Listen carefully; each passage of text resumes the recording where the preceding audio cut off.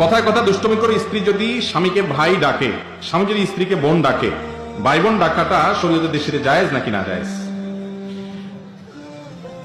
আমাদের সমাজে মহব্বতের চোটে আমরা যে আরো কত কিছু করি।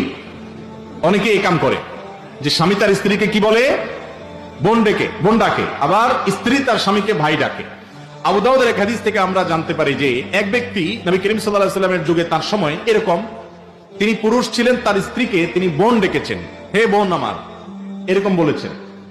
তো এই ডাক শুনে নবী করিম সাল্লাল্লাহু আলাইহি ওয়াসাল্লাম তাকে নিষেধ করেছেন যে এভাবে ডাকবা না। অতএব স্বামী স্ত্রী একে অন্যকে কি ডাকবে না, ভাই বোন বলে ডাকবে। যদি সন্তান থাকে তাহলে অমুকের বাপ অমুকের মা বলবে। কথার কথা ছেলের নাম আব্দুল্লাহ, তাহলে স্বামী তার স্ত্রীকে বলবে আব্দুল্লাহর মা, আর স্ত্রী তার স্বামীকে বলবে কার বাপ, আব্দুল্লাহর বাপ। এটা হলো শ্রদ্ধা দেখানোর সবচেয়ে উত্তম এবং সাহাবীদের সুন্নাহ এটা। কথায় কথা দুষ্টমি করে স্ত্রী যদি স্বামীকে ভাই ডাকে, স্বামী যদি স্ত্রীকে বোন ডাকে, ভাই বোন ডাকাটা শরীয়তের দৃষ্টিতে জায়েজ নাকি না জায়েজ? আমাদের সমাজে মহব্বতের চোটে আমরা যে আরো কত কিছু করি।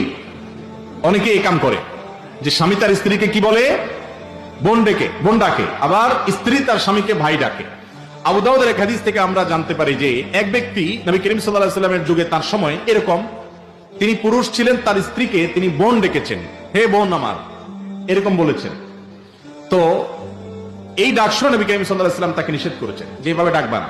অতএব স্বামী স্ত্রী একে অন্যকে কি ডাকবে না, ভাই বোন বলে ডাকবে। যদি সন্তান থাকে তাহলে অমুকের বাপ অমুকের মা বলবে।